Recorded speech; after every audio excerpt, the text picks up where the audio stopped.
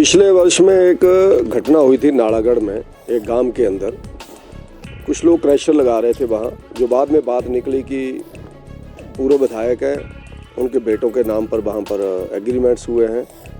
तो गांव वासियों ने उस क्रैशर का विरोध किया।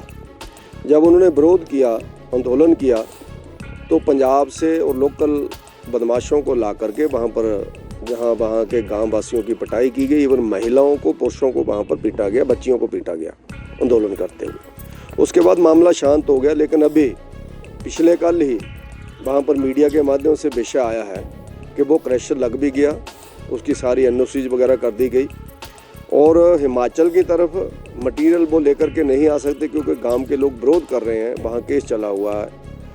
उन्होंने क्या किया कि सामने हिमाचल प्रदेश की पहाड़ी थी, कुछ पंजाब की पहाड़ी थी, जिला रोपड़ पड़ता है उनका, बोरवाल करके ऐसा अखबार के अंदर जो आया है, गांव है हमारा झज्जर करके गांव है। उन्होंने बिना किसी की परमिशन के लगभग 10 फुट से लेकर के 40 फुट ऊंचाई तक सीधी कटिंग वहाँ पर कर दी मशीनों से। वहाँ की मिट्टी कहाँ गई, वहाँ के पत्थर कहाँ गए, कोई किसी को पता नहीं है। और किसी ने, ना फॉरेस्ट वालों ने उनको रोका, ना माइनिंग वालों ने उनको रोका, और सीधी सड़क उन्होंने पंजाब के लिए निकाल दी। तो मेरा यही प्रश्न था गवर्नमेंट से कि उस ज़मीन की किसकी परमिशन से वहाँ पर खुदाई हुई है और किसके वो क्रैशर हैं और कौन उनके बेटे हैं, और पहले जो लड़ाई हुई वहाँ पर उसका क्या हुआ, एफआईआर हुई, उसके ऊपर क्या केस चल रहा है या नहीं चल रहा है। तो हम हिमाचल के संसाधनों को पंजाब की तरफ बिल्कुल निर्दयतापूर्वक बेचना चाहते हैं और सीधी सड़क निकाल दी गई।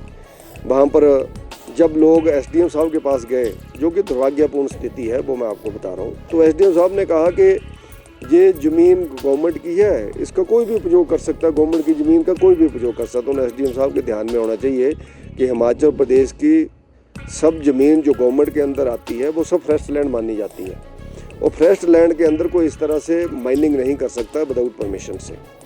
तो एसडीएम का इस तरह का गैर जिम्मेदाराना बयान तभी आ सकता है जब उनको पता होगा कि इसमें कौन कौन इन्वॉल्व है, गवर्नमेंट की इसमें क्या सहमति है और गवर्नमेंट की सीधी डायरेक्शन क्या है। तो इसलिए मैंने माननीय विधानसभा के अंदर, माननीय सदन के अंदर ये विषय उठाया, और उद्योग मंत्री जी ने कहा है कि मेरे संज्ञान में नहीं है, तो मुझे संज्ञान में लाया जाएगा तो इसके ऊपर मैं कार्रवाई करेंगे। उन्होंने ये भी कहा है कि वो फॉरेस्ट लैंड को नहीं उतार सकते थे, और वहाँ की जो ज़मीन है वो चरांद है, चरांद की स्थिति को बदला नहीं जा सकता है क्योंकि लोग वहाँ पशु भी चराते होंगे।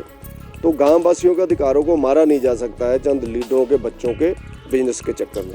तो इसलिए मैं उनको भी लिख करके दे रहा हूँ माननीय उद्योग मंत्री जी को, और उसके बाद देखेंगे कि ये गवर्नमेंट और ये उद्योग मंत्री जी और फॉरेस्ट के जो ऑफिसर्स हैं, फॉरेस्ट डिपार्टमेंट जिसके पास है, जो स्थानीय प्रशासन है, वो इसमें क्या कार्रवाई करता है। आप देख रहे हैं हिमाचल न्यूज़ 24।